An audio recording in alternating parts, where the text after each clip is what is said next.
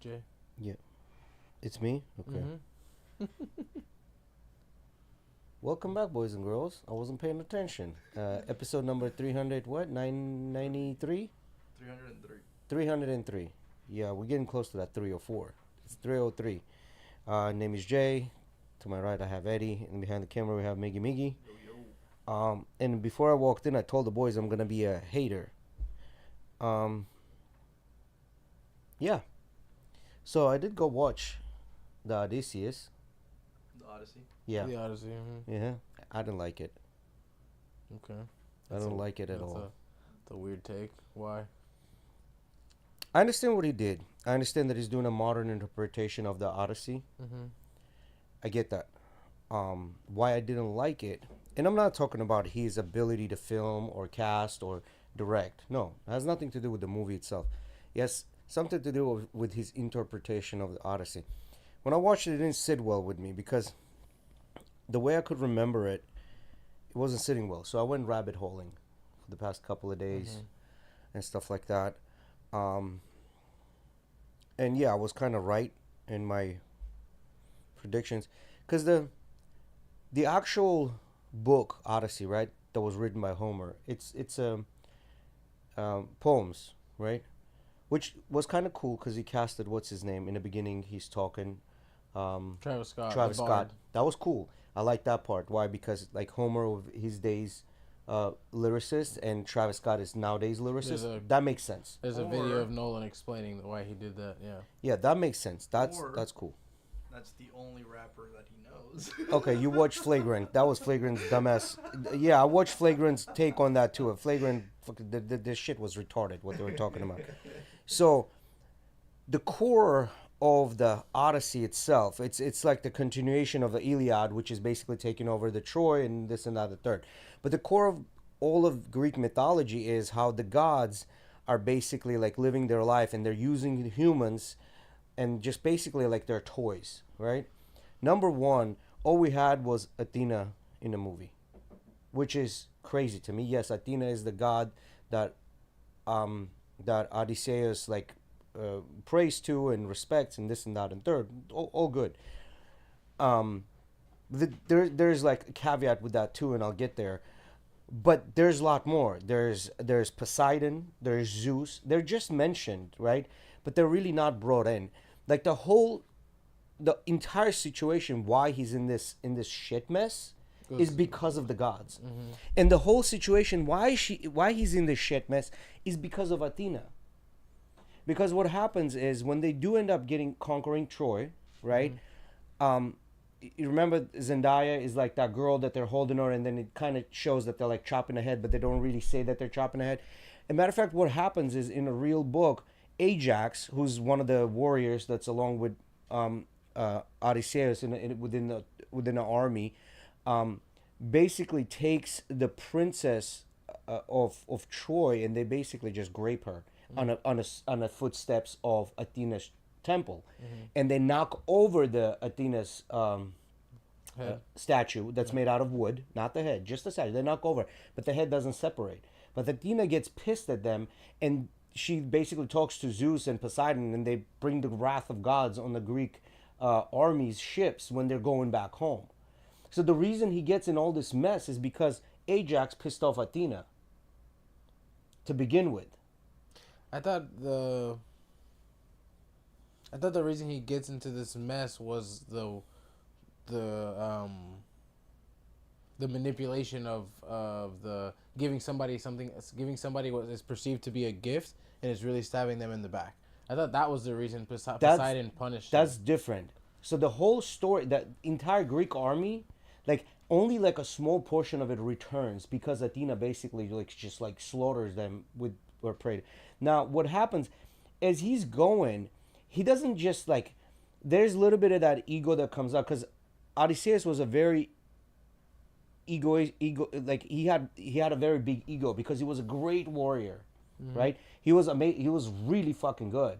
Not only he was really good, he was also curious about it, and he was very cunning. That's what also made him really good. So his thing is like, well, we're gonna make it there sooner than them. Don't you worry about it. I'm gonna cut corners, right? So what happens is they're cutting corners. They get to the island where the Cyclops is. And yes, that is the part where they're stabbing in the back. That's like the whole. You see this throughout the entire movie, and you see this throughout the entire book. Like especially through the book, the scenes of like inviting somebody over, giving them food, like it's very elaborate. They talk about how they set up the tables. All this is a big thing, right? You offer them food and you offer them Zeus's hospitality law. as long as you need it. Zeus's law. So when they walk into the cave, they're not only they're eating this guy's cheese, drinking this, like using the stuff. On top of that, they could have grabbed all of that and left, but no. And the Cyclops would never know they were there. But no, what Odysseus wants to do, he wants to know who lives here because he's curious. His curiosity gets the best of him. But because he's great and he's cunning, he knows he's got the ego. He's like, no matter what happens, I'm going to get out of this. So I want to see who lives here. So that's when the Cyclops walks in, right? And then kind of traps them in there.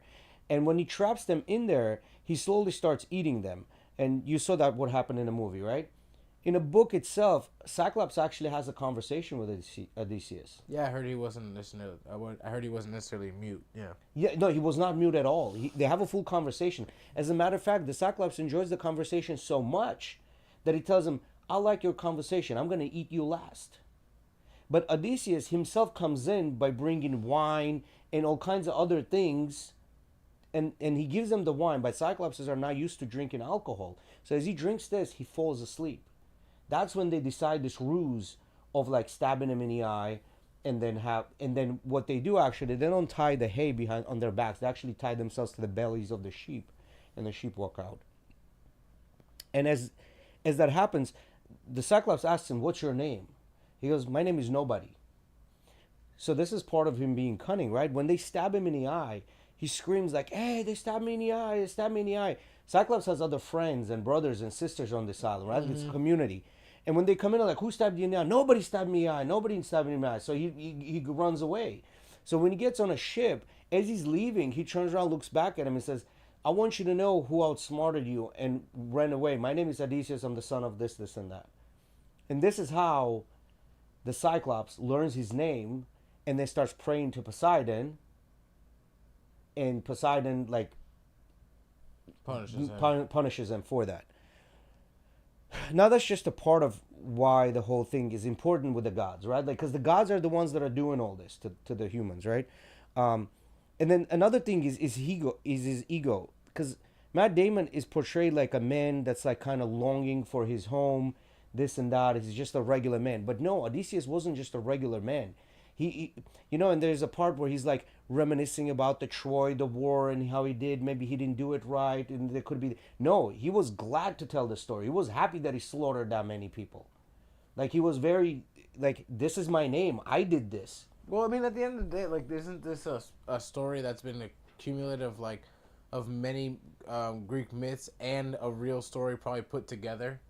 Yes, at the end of the day, yeah, there's a lot of books and been interpreted multiple different ways. It has been, but then there's obviously there's been interpreted multiple different ways, but the people that research this shit in Greek mythology, they come to pretty much agree on the 90% of the entire story. Right, but at the end of the day, it's still just a story. It's not like an actual historical event. It could have, part of it could have been. No. It's not a historical event. No. They're saying it's a mixture of maybe some real stories and a bunch of Greek myth.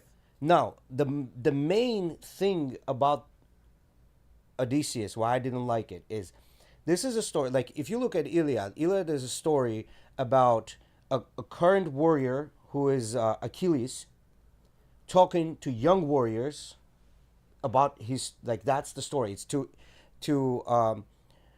like motivate young fighters that are about to go fight.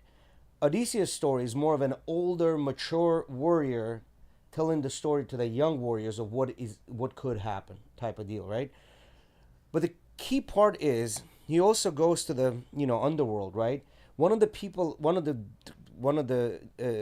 nymphs, is it nymphs? No, nymphs. There's wraths. One of the wraths that he talks to is Achilles, and Achilles in his talk with him says, hey, listen, I would give up everything in a life, even if I was like a servant that had no land, nothing on my name. I'd rather be that with my family than be the king of the warriors here dead. Basically telling him that, bro, you're chasing the wrong thing. Like there's better things out there. But their whole idea is this journey back to their families, right? The whole idea is to get back to the families. Now, another big thing of this story is the way the story starts. It actually starts kind of exactly like the movie does. It shows the suitors eating, doing whatever they want to do, this and that, the third. It's actually pretty boring because it begins like very, very slow, right? A lot of people kind of quit after the first two books that went through. When I say books, think of them as chapters. It's only, I think, like 400 pages long, the whole thing, right? But they're divided into 24 chapters. So people kind of quit. But the whole idea is it portrays what happens when patriarchy is not there. Like, there's no patriarchy, there's anarchy. And then there's a part where the queen comes in and is talking to the son in the movie, and she's like, why can't be a queen just by herself on a throne, and should everybody be okay with that? Queen never questions that because it's a patriarchal society. Queen's never had that type of a thing to come up and start screaming or being like all vocal about it. The only time Queen is pissed at the son is because he wants to go figure out what the hell happened to the dad, right? So, and then another thing is, during the Odyssey, his son, you can see the progression of the son being like grown and raised by women only, starting to be raised and getting opinions of men that are bypassers or gods that turn into men, and they kind of like teach him to slowly start taking over to becoming the new king, right? He has to rise through the ranks to become the new king. As a matter of fact, one of the things that Odysseus does at the very end, so there's 50, in a book, there's 52 of those servant girls, and 12 of them have apparently been sleeping with the suitors, right? And basically what he does, he makes those girls, all the 50, to clean up after the bloodbath, clean everything up, and then he hangs 12 of them. And he makes the son do it. It's kind of like rite of passage. Like, you have to do these tough things in order for you to become a king, right? And another thing is... I mean, how much can you fit in a movie, though? I understand that. And another thing is, I didn't see that patriarchal idea of the actual Greek mythology in it. That's why I didn't like it. It was very, like, adapted to our modern times when Queen has a say, and there's not any of this, like there's no, like, everybody's kind of like on equal footing and stuff like that. And then on top of that, the whole scene, because you're reading the book, it's a slower book. You can't wait to get to that fight scene. And in that fight scene, it's not just him fighting 108 people. There's total of four people. It's his father and two other guys, including the son, right? That are fighting 108 suitors in the book. Mm-hmm. And in the book, he doesn't get a scratch on him because he's this great warrior. Even at that age, after 20 years, he doesn't get a single scratch on him. He literally slaughters everybody. There's like blood and guts, and this scene is very, very brutal. Nothing like what the movie portrayed. And then the first guy, remember that he pulls the arrow and shoots him in the throat? It's actually not the black guy that he shoots him in the throat. It's the main character. I forget his name. That guy is basically talking shit to the old man that just strung the bow. Oh, no, there's no way this is. And he's trying to drink his wine, and he goes plop, and just like literally just basically rips half of the throat out with a spear. You know what I mean? Like, so even the fight scene was like lackluster. They didn't have the oomph of the fight scene that, like, because you're building up slowly to the fight scene. Did you read the book before watching the movie? I read the book a long time ago, but it just didn't sit well with me because I was like, man, there's something missing. Like, I know in a book it didn't really go this way. I couldn't remember. That's why I started rabbit holing and started looking into this. Cinematic interpretations are never going to go the same. No, I agree with that. But my idea, which I thought he could have brought in a little more, he could have brought in a little more of the patriarchy, and he could have brought in maybe a little more of how gods were kind of like involved in this a lot. I mean, I don't know how more involved you wanted to get, in the sense of, it's said that they think he's being punished because of what he did in this way. But he's not being punished because of what he did. But that's what is insinuated in the movie. They say it. This is what's his the Cyclops? No, not the Cyclops. The guy that's with him majority of the movie. He's kind of like right hand man. The Indian dude. Mm-hmm. He tells him that the men believe that you are being punished for what you did, and blah blah blah, and Poseidon, this and that, and they tell him that. I mean, and then they go through and they stop at all these islands and get fucked over so many times. I don't know how much more involved you want But them to that's the reason they get fucked over that many times is because of his own men, not him. Because what happens, they get to this island. I forget the guy's name. He gives them a bag of winds. He basically just gives them the wind to get home. He says, guard this bag. Don't let anybody open it. So he sleeps with this bag. His own men, they're like, oh, you must have treasures. Let's open and see what's in this bag. They open the bag, and these winds just basically leave, and they pushes the boat back into the sea. So they could see the Ithaca. They could see the shores. They're there. But because because they get like greedy about it, they're thinking that he's hiding something. That's not how they showed it in the movie, though. That's what I'm trying to say. That's exactly what I'm trying to say. So you're saying they got involved in a different way now that they weren't involved? Correct. So the whole thing of them going there, here, and there, and on top of that, they didn't show. It sounds contradicting. You're saying that how involved the gods. Your issue with the movie is how the gods weren't involved enough. But then when I explained to you how the gods were involved, you say that's not how they were involved in the first place anyways. So how were they supposed to be involved? No. He does get, Poseidon punishes him with the rough seas that kills a bunch of the boats. That is true. But the problem is why they go through all these trials and tribulations is because their boat gets pushed back again. After they kind of go through trials and tribulations to Poseidon's shit, they kind of like almost there, they get pushed back again because of his own men. And because they get pushed back again, Poseidon's like, all right, I'm going to hit you one more time. You don't. The story isn't that Poseidon just did that in the first place? How does his own men do it in the story? So they get a bag of winds that would not drive them. So the guy basically creates a perfect environment, only one wind that's going to take him home. This guy is part of like the gods, right? He takes the bag and says, don't open this bag. So his men think it's treasures that he got. And they open the bag, and these winds escape. They all come out at once, and they push him back again into the whatever, right? And then he never really tries to fight those other giants, right? The ones that are in a rule book. He's actually got more than just 3 ships with them, including his. It's like 11 ships. They all get destroyed by the giants, and they basically throw just rocks at them. They don't never really land. That other nymph that turns them into pigs, that part right there, again, he gets, I think Hephaestus helps him with this. He gives him this plant that he can eat that's not going to turn him into anything, and she can't turn him into anything. So ends up like also drinking the same wine and same food and whatever, but he doesn't turn. And what he does, he basically grabs it like, I'm about to literally like kill you. You turn my men back into normal, right? And then what happens there, once he dies, she's like, okay, don't kill me, that's fine, I'll turn him back. And then he ends up living on that island for a year with her, basically sleeping with her or whatever. His own men then come back to him like, hey, bro, you remember? Like, you got a wife and suitors, we got to get back. So then they get back again. And then with Calypso, he's on an island for 7 years with Calypso. And Calypso doesn't feed him the lotus. Lotus is another part of the story within the book. They go on this other island where people feed them lotus leaves, and they kind of forget everything. So Odysseus basically is the only one that doesn't eat it. He ties all his men, throws them on a boat, and says, we gotta go. So Calypso is basically, in the book, it says that she's keeping him trapped, right? Wow. The whole story is that he doesn't know how to build a boat. He doesn't have the tools for it. Calypso's not giving him the tools, the boat. He cannot figure out how to do that. On top of that, the winds are not there. And then basically Athena goes back to Zeus and says, hey, listen, like, he's been pretty good to us. He's been like giving us like slaughtering lambs and stuff for us. Like, he's been giving us sacrificial things. It's time for him to go. That's when it's like, yeah, Zeus like, yeah, you're right. Let's just start giving him all these tools for him to leave.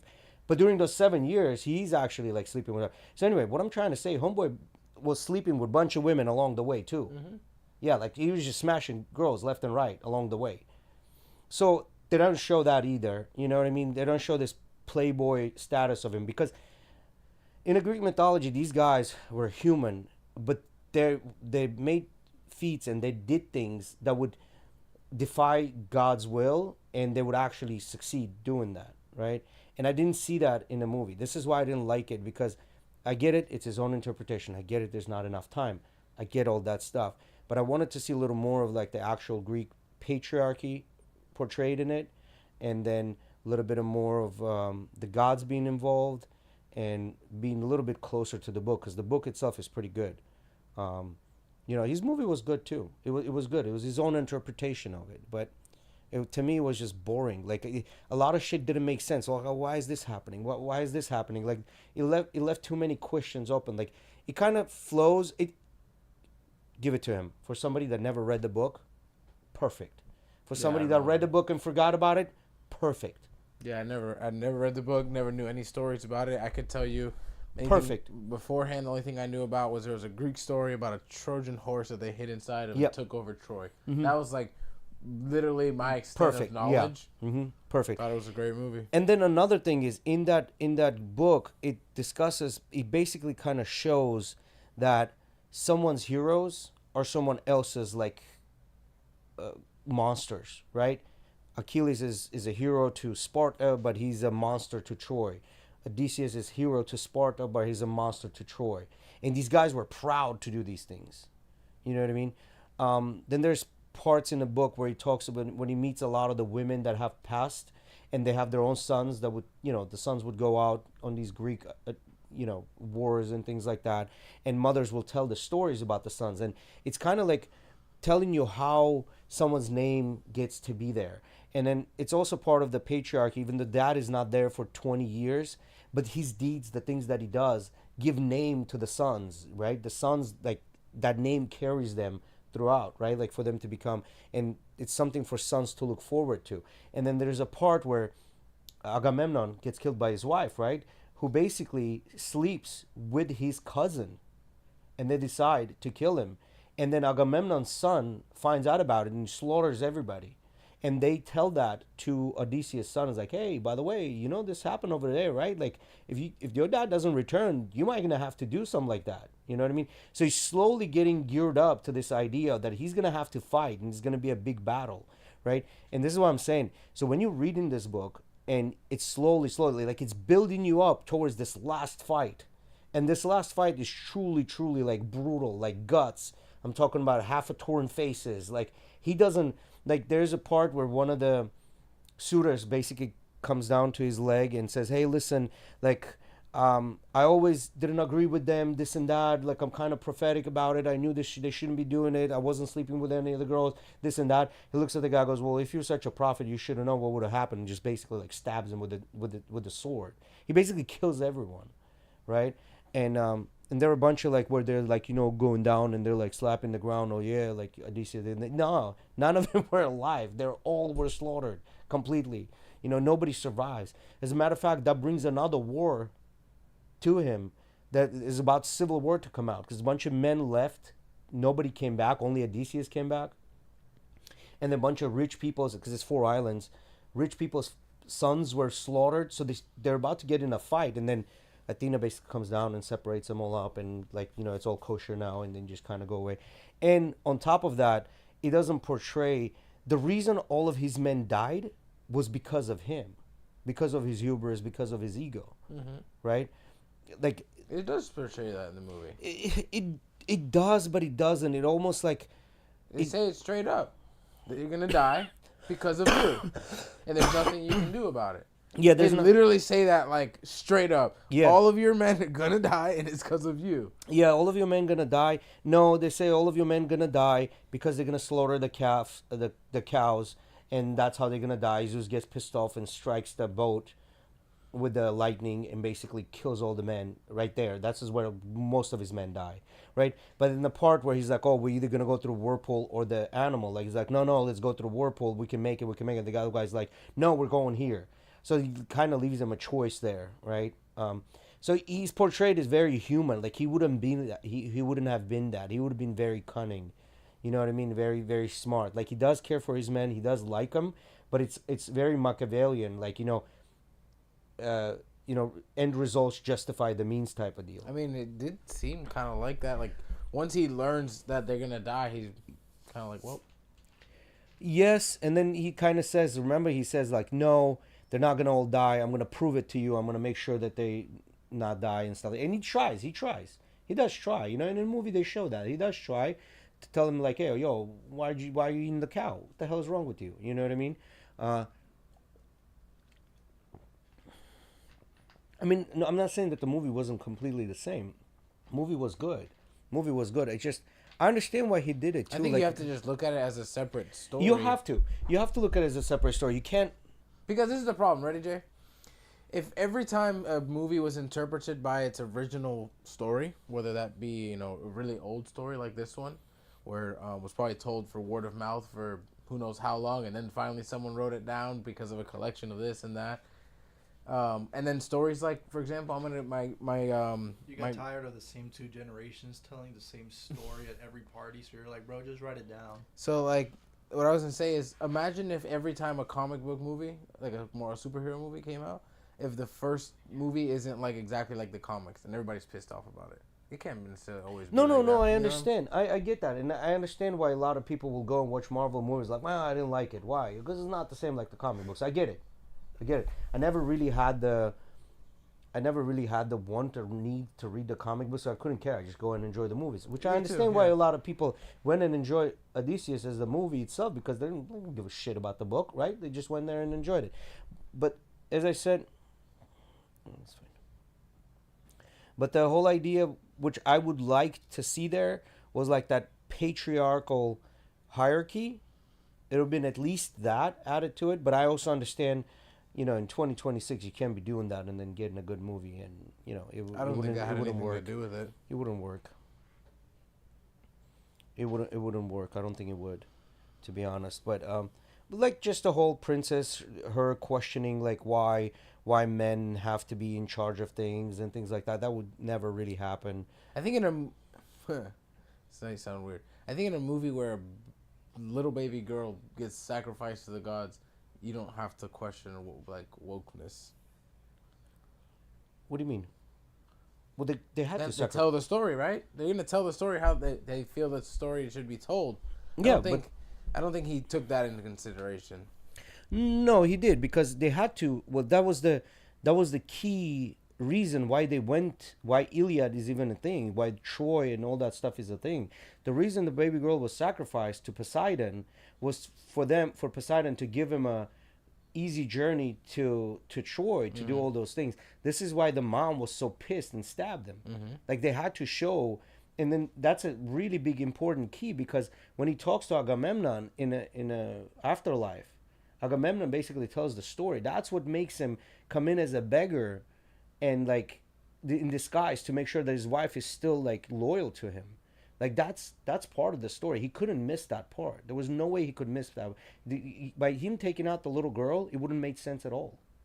Like why does he get stabbed? Why does he get killed? Why is his wife so pissed if he's this great leader? You know what I mean? Not only it sounds like there's a lot of parts that you would deem crucial that were left out of the story. Yeah, but not only he goes back to Troy, he also brings back her sister. So why in the hell is she stabbing him? And Helen of Troy never came back all like messed up face, this and that, the third. Helen of Troy, as a matter of fact, when in a book, when the son goes to talk to the uncle or whatever, Helen is there, his wife, and Helen is basically saying, "Oh yeah, I was kind of growing tired of those people. They're not it. I couldn't wait for you to bring me back. This and that, the third." So we don't really know if she's being like truthful about it or lying about it, because she's also considered a very cunning woman, very smart. So, no, that part was important. He had to put that in there. There's no way around it. He couldn't go around it. As a matter of fact, he merged two things together: the Lotus and Calypso. Right? For it to make sense. Otherwise, it wouldn't make sense to him. Why is he on this island? Right?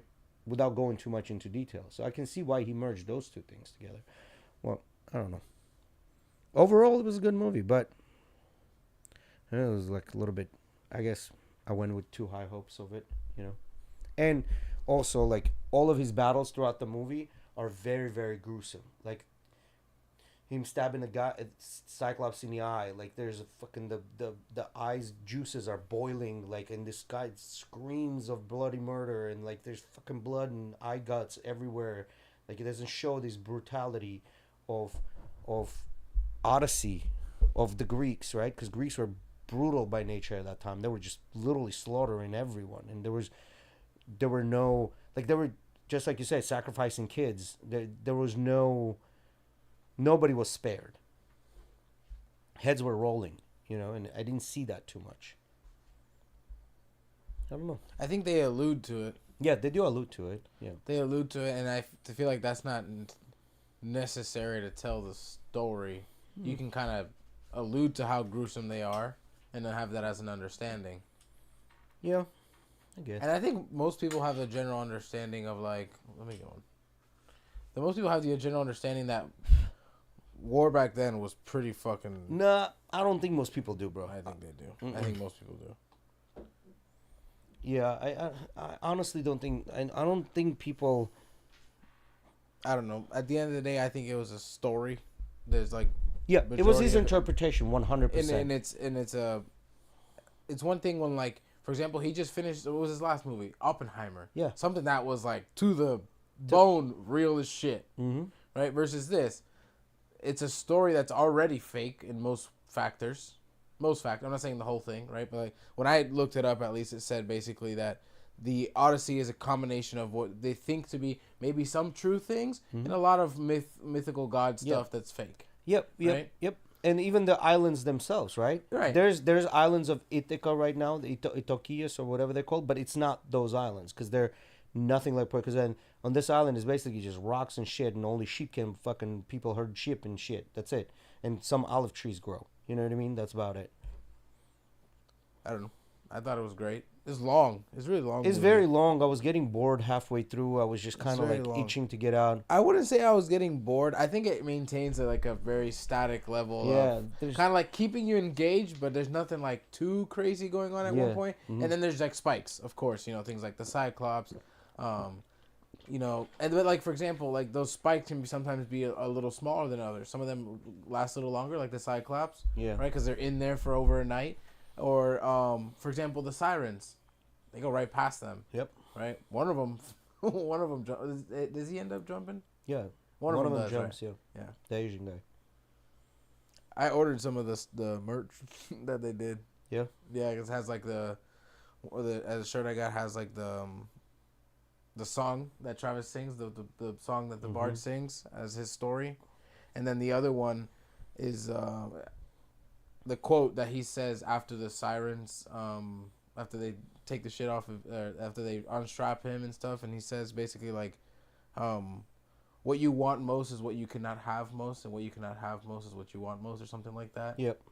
So you know what actually sirens were singing? The song that they were singing to him. In actuality, it's his life song.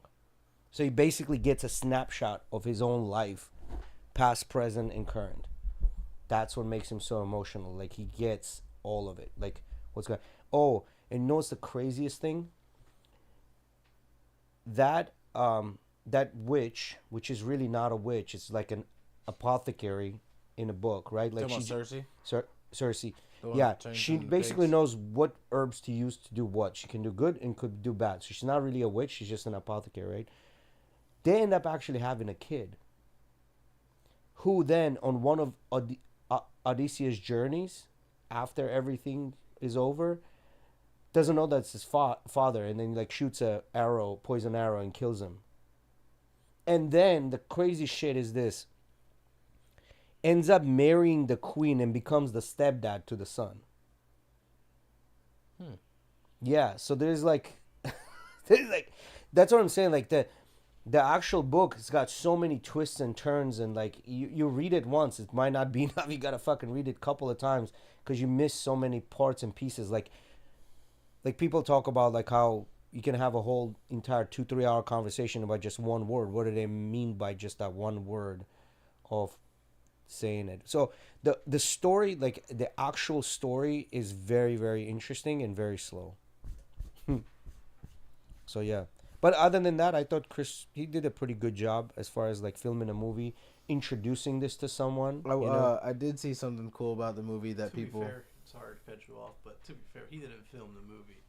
He directed it. Yeah, he directed it. Yeah, you're right. He didn't film it. You're right. Carrying fucking 80 to 100 Actually, Chris does sit right next to the camera for every single shot. Yeah, he does.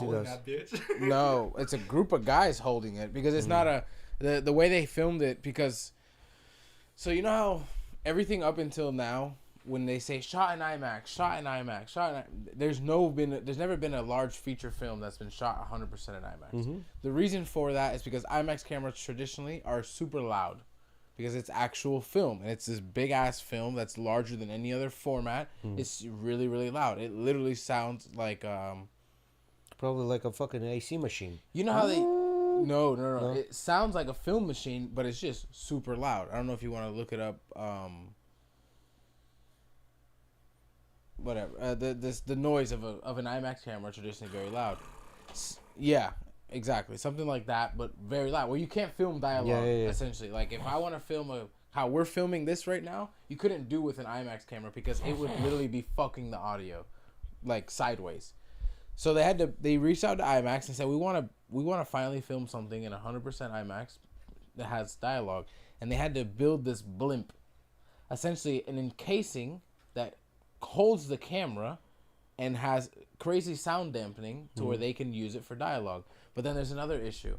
When you're filming movies, right? Like let's say we were filming this in a cinematic style, camera would be right here. So that way when you're looking at my eyes talking, the camera gets that feel, right? They couldn't do that. It's too fucking big. So like even if they put it right next to the face, in reality it's more like the camera's filming from over here because there's so much space in that box. They had to use like a mirror system to make it look like the camera was like right here next to someone talking to. It was pretty interesting. That's like what a normal IMAX camera looks like. Look at that. Yeah, that's the blimp. No, I saw that. Yeah. So you see how much like larger it is? It's like I think it's like 80 kilos or something like. Yeah, I believe massive. it. Look at the fucking. It's insane. Rig.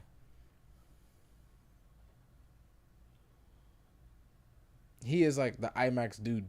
Like he's used it in almost every single project that he's But done. he does, most of his movies have like a DNA to him, right? It's always like a dad or a man trying to get back to something. Like the guy on the Mars, I forget the name of it. Not the Martian. You're talking about Interstellar. Whatever. Inception, trying to get back to his family. Yeah. There's always I haven't a man watched that's trying to Tenet. get back, you know?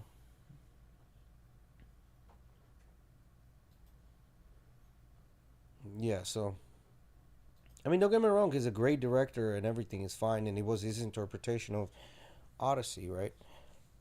Which is good, as far as an interpretation goes. Yeah, so the guy that the DP is like a kind of a goat. I'm looking at his resume. He's a cinematographer. He's the one holding the camera. Right, the DP, the director of photography is what they call it, or the cinematographer. Yeah, so it wasn't just a crew of good actors. Like, he had a bunch of other people. This movie took so many people to make. Oh my god, insane amount of people. But you know what's really cool about what he does is practical effects. He minimizes the amount of CGI, like to a bare minimum. Yeah. Like the horse, those motherfuckers were in the horse, not that same one you see on the beach, but a larger version of it, and they were in there. That wasn't like CGI shit. Or for example, have you watched Inception? The one about the dream within a dream. You know the scene of the hallway where the hallway's spinning? They built a fucking hallway that spins on this big ass machine and filmed it that way. They didn't do that like with CGI and like a bunch of strings and this and that. Which makes sense. I mean, it's CGI, you can tell it's CGI, and then you just kind of loses the viewer. Like the Cyclops, they built a 60 foot puppet. Yeah. It like you see it, of course, looks like a puppet, and they had to do CGI to kind of like refine it and make it, look really good. And then like the up close scenes, that's just an actor. Or for example, the Giants, when they fight the Giants, you know what they did? Yeah, it's a big actor and a small double. Yeah. They found 7-foot stuntmen, and then they found 5-foot stuntmen and women too, and used them in place of the actual actors to make them look that 2-foot difference. Yeah, and I don't know why he did that. He could have just done where they just throwing fucking rocks at their boats and fucking up the boat. Maybe it's because of that because they couldn't do it. Sick. It does. That scene looks fucking what sick. I couldn't understand, like, it didn't make any fucking sense to me. Is like, why are those fucking trees moving by themselves? The trees were moving by themselves. I didn't notice. The trees were moving and they're fucking keeping them in a fucking cages. Like I couldn't understand that part. It's like, well, I guess because they in the beginning they're saying, oh, this is about like fucking magic and shit, right? Like, so it's probably part of the magic. But I mean, we saw people turn into pigs. Yeah. Like, moving trees ain't shit compared to that. Yeah, and plus like those giants were apparently like they're it's like a whole lot society with a king and a queen and Oh, like, it definitely is. You saw the fucking armor? That's Yeah. civilization. yeah, it's like a whole thing. It starts with something like that. Low oceans. I don't know how. Not low oceans. What but- I was gonna tell you though, Miggy, something interesting about how they filmed it.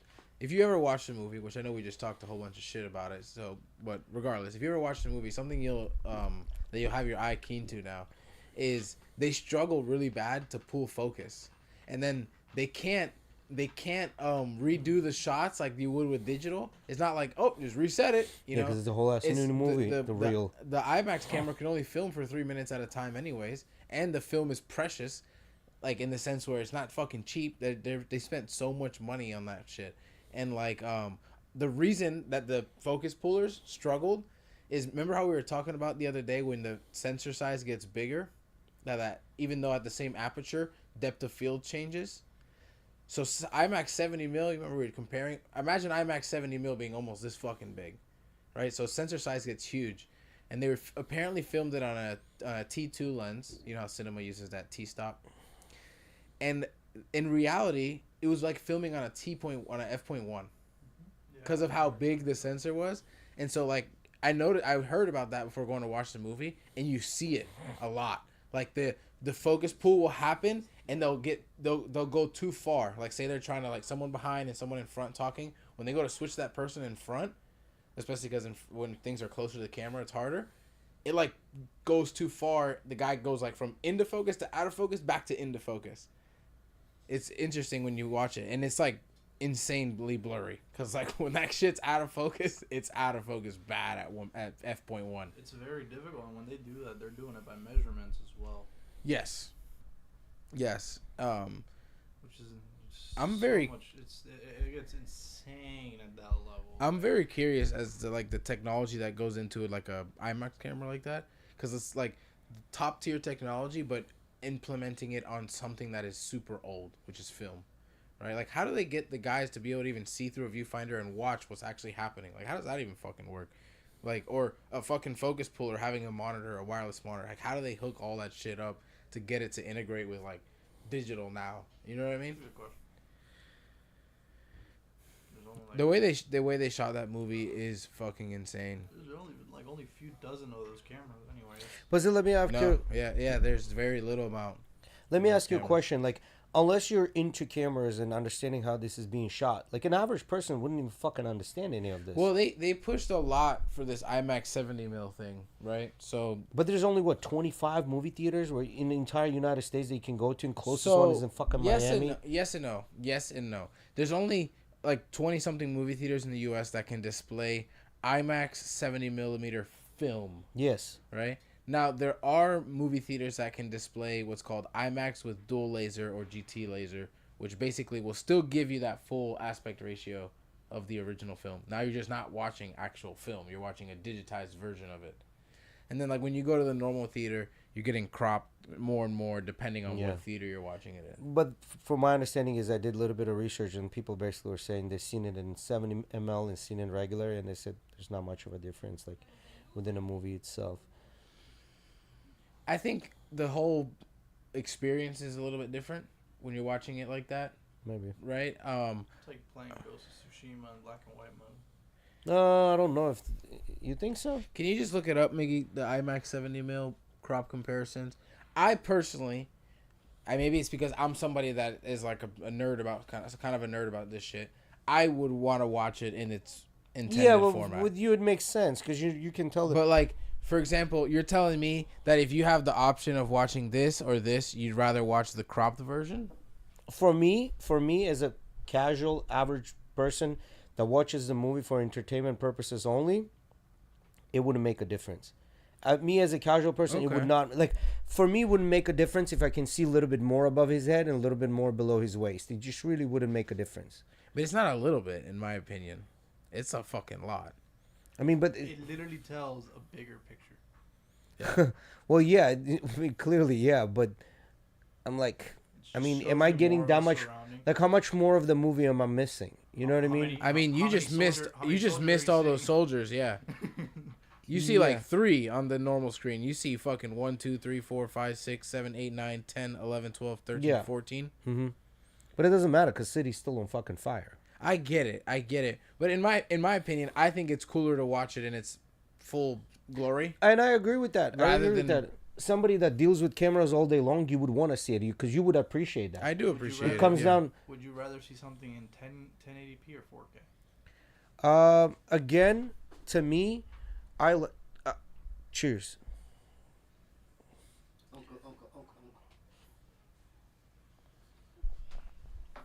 Thank you. Yeah, 2 new uncles. To me, honestly, as long as a movie can keep me entertained, I don't care what it's filmed like, because you can't take the entertainment aspect out of the movie, no matter how you film it. Because, Alfred Hitchcock, well known, one of the greatest directors, right? His movies were not shot in IMAX, yet it kept you glued to the TV. There's thousands of movies that would never touch an IMAX camera that are fucking amazing. Right? Yeah. That's not what I'm saying. What I'm saying is, like, when I hear the story of Christopher Nolan and the way he, like, thought IMAX cameras were cool and how you get this bigger picture and, a taller format. Yeah, it's geeking out. It's kind of like me nerding out on it. Yeah. And then I take an appreciation to the effort that also it took to give us what he did, right? Yes, I agree with that. But as I said, an average casual person, just like, if you're not into the story, like the book versus movie, how I look at the book, how you look at the way they filmed it. But how you look at the movie is how I look at the way they filmed it. I know somebody who's in a film nerd, right? And I'm not a film nerd, but I can appreciate No, like not this. film nerd. Yeah, it has nothing to do with being I know somebody who I would consider more of like a casual person to watch a movie, and they said that they watched it in both. Mm-hmm. They went and watched it in IMAX, not this full IMAX platform. Yeah, the digitized one. No, like the one that I got to watch. So this is the one that I got to watch is like just like that much crop, like a tiny bit top and bottom. It's not as bad as this, right? I watched that. You watch this standard, yeah. They told me that they would highly recommend IMAX. Well, yeah, of course. I mean, if you have the IMAX nearby and you can go watch it, more power to you. The problem was I couldn't book one. There were none of the movie theaters. They were all full. Bro, they put so much hype behind this whole thing of IMAX and stuff, and they've been advertising this shit for the past year. Yeah, they did. Yeah. And then the funny part was I kind of laughed a little bit what you told me about what's his name or her name? Sinan. When Sinan runs up to the horse, that part and when they're talking in the afterlife, like I was like, yeah, dude, she still runs like a girl and kind of raspy voice, kind of like laughed about it a little bit. But I thought it was funny, like the grief that it got, thinking that he was Achilles, whatever you want to say, was Achilles, and that ended up not even being their character. It was completely different. That is true, but Sinan itself, within the books, is a hero. Well, he's the one that presents the gift to the. The gift, yeah. Is a hero because not only that, the last part. You remember the last scene with Sinan when he goes, "Hey, make sure to add extra." Basically saying, I stay behind. And then Sinan, remember, Sinan is the one that says, I'll go instead of that guy. So since little, always portrayed like these heroic qualities about him. So Sinan is a hero. Yeah, yes. He's maybe not Achilles status, maybe not Odysseus status hero, but he's right up there with all the heroes. You know what I mean? So, but yeah, a lot of people lost their shit. And then Helen was all right, I guess. It was like, 2 minutes of Helen, not more. And there was like more talking about her rather than anything, And then her face being all mangled. I didn't get that part. I didn't understand that either. Yeah, it was like face being fucking mangled because like she has to be. She's the eye candy of the world because Helen is partly God too. Like she's got divine blood in her. That's why she's so pretty. And as a matter of fact, Helen in the books is cousins. Here's the story. Helen is cousins with the Odysseus' wife. They're cousins. And this is why the son goes to the aunt, right, once removed, the husband, to find out because husband fought with the dad on the same um, under the same banner, right? Menelaus, yeah, Menelaus is like the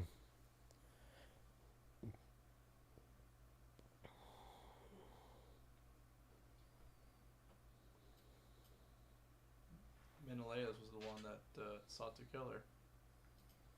So that's probably. But then he forgives her. He doesn't end up killing her.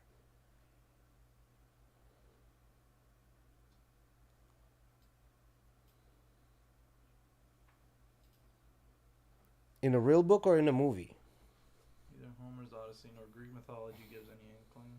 Mm-hmm. Helen's beauty was diminished with any facial mutilation during her life, meaning that this was an original detail created by Nolan for his adaptation. Mm-hmm. The implication appears to be that Bernathal's Menelaus wasn't so quick to forgive Helen, perhaps scarring her as a punishment or to deter any more potential suitors after Paris. Yeah, but Menelaus in the book is kind of a little bit of a cuck, right? Because he kind of like accepts her back after the whole thing with the Paris and all that stuff, right? So he's not like he's a great fighter, whatever this and that, the third, but he's like he basically accepts her back, you know. Oh, there's another piece in the book where Odysseus' wife tests him again. Even though he strings the bow, shoots it, gets everything right, kills everyone, she tests him once more just to make sure and says, hey, by the way, they brought our bed out from the room for us to sleep in. And Odysseus gets pissed off, like, what do you mean they brought our bed back? The whole thing was that he built this bed for two of them, and he built this bed out of an olive tree that's growing within the palace. It was growing inside the palace. So he chopped it down, and one of the legs is literally part of the building, so they can't move the bed out. So that's when he gets all pissed off and stuff. Is like, what do you mean they moved it out? How's that even possible? Did they like break it? And there's like, oh, okay, now I get it. Only you and I would know this. Was so that now part of the movie, the pin? No. The pin, the pin, brooch or whatever you want to call it. The brooch part. I think the brooch part. He had to bring in Athena somehow without giving the long story why Athena. Right? Athena's been a big part of Odysseus' life all of his life. He's always prayed to her. He's always considered her as the divinity, right? Why? Because Athena herself is not a god of war, but she's very cunning and very smart when it comes to being strategic, and that's how Odysseus is, right? Like he's very cunning and very strategic. So he prays to her, right? So they couldn't just slap her in there. Why her? Why not Zeus? Why not Poseidon? Right?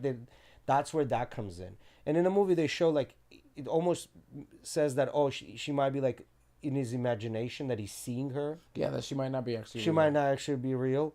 They kind of do allude to that. Yeah, I got that feeling. Yeah, of like, is she really there or is he tripping? Yeah, but in a book, feeling. she does go back and forth a lot, bro. She's involved in everything. As a matter of fact, she changes shape, comes back as a man as well, and then turns into birds. I think that by industry standards, he already stretched it, giving us a 3-hour movie trying to tell the story. He did stretch a fucking Number one, he took a very boring story. Because it takes a long time to get to the good parts in this story, right? And he put them all together and just gave us all the good parts in the adaptation. He did. For somebody that's never read the book or doesn't care about reading the book, just wants to get the gist of it, yes. I agree. 100%. Because Emily liked it. All my friends that I've talked to really everyone liked it. Everyone that you're going to talk to, they liked it. But people that have actually read the book or they got into it. I've talked to some people that have read the book and know the story, and they said they liked the movie. I feel like just having that understanding of it's an adaptation. It's not supposed to be necessarily 100% the same. I was just hoping that they're gonna bring that traditional Greek idea into the movie, right? But you can't. It wouldn't sit well with people. It just wouldn't sit well with people. It's too patriarchal. It's too men driven. It's too gruesome. I feel like they still put that in the movie though. Not so much. Like they're just kind of like whatever, you know. All right, let's wrap it up for today. It's getting late already. We'll see you guys on Thursday, maybe. We're not 100% on that. It depends. But yeah, we'll see you guys later. Depends if my termites are gone or not again. Peace. Well, shit, you got them back?